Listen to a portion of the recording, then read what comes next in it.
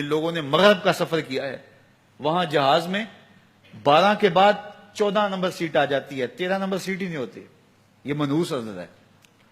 یعنی آج وہ کہیں اڑانے بھر رہے ہیں اور کہاں سے کہاں پہنچ گئے ہیں، لیکن یہ ذوف الاعتقادیہ پوری دنیا کے اوپر موجود ہے. تاریخیں مخصوص ہیں کہ ان تاریخوں کو شادی کرو گے تو برکت ہوگی، اگر ان کے علاوہ کسی اور تاریخ میں شادی کرو گے تو ٹوٹ جائے گی. ہمارے ہاں بھی کچھ لوگ کہتے ہیں کہ سفر کے مہینے میں شادی ہو تو شادی کامیاب نہیں ہوتی، اور اگر کامیاب ہو بھی جائے تو اولاد نہیں ہوتی، اولاد ہو بھی جائے تو نیک نہیں ہوتی. عجیب فلسفہ ہے.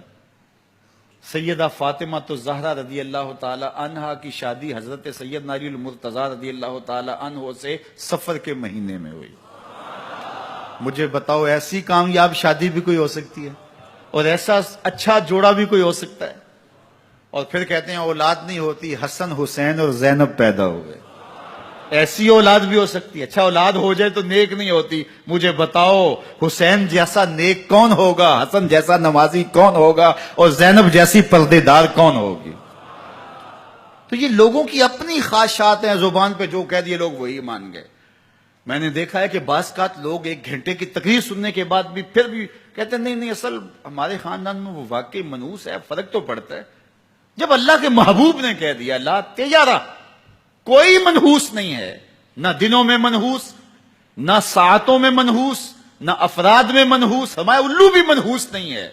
تمہارے اندر کی برائیاں ہیں جو مجسم ہو کے تمہارے سامنے آتی ہیں، اس لیے کوئی منحوس نہیں.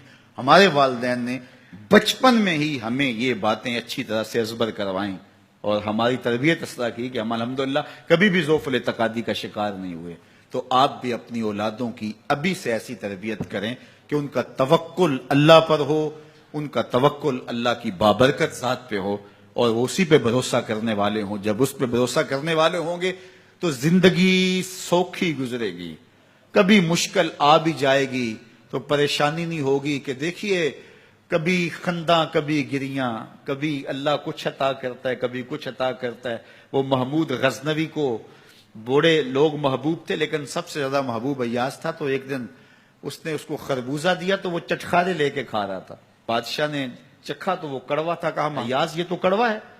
تو کہا کہ حضرت ہاں کڑوا ہے. تو کہا پھر تم مزے سے کھا رہے ہو. کہا ساری زندگی ساتھ سے میٹھی نعمتیں کھائی ہیں، آج ایک کڑوا مل گیا تو پھینک دوں. جب اس پہ توکل ہوگا تو کبھی تکلیف آئے گی تو بندہ کہے گا کوئی بات نہیں، جے سونا میرے دکھ وچ راضی تے میں سکھ نو چلے ڈاواں.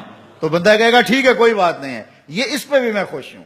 تو جب توکل اس پہ ہوگا تو پھر بندہ اس تکلیف میں بھی لذت لینے کا راستہ نکال لے گا. اور اگر یہ ہو کہ اس منحوسہ کی وجہ سے یہ سب کچھ ہوا ہے، کچیچیاں چڑھیں گی اس کے اوپر کہ اس نے یہ کیا ہے، مار ہی دوں قتل کر دوں، اس کو چھوڑوں نہ، زمین پہ رہنے کا حق ہی چھین لوں اس سے کہ اس منحوسہ کی وجہ سے یا اس منحوس کی وجہ سے یہ ہوا ہے. کوئی کسی کی وجہ سے نہیں ہوتا. یہ ہماری اپنی بدعمالیوں کی سزا ہے. اگر کوئی ہمیں نقصان در نقصان ہو رہا ہے تو توبہ کریں، اپنے گناہوں پہ غور کریں. کسی سے دھوکہ تو نہیں کر رہے، کسی کا دل تو نہیں دکھایا، ظلم تو نہیں کیا، اپنے ماں باپ کی نافرمانی تو نہیں کی. اور اگر ہمیں خیر پہنچ رہی ہے تو اللہ کا شکر ادا کریں.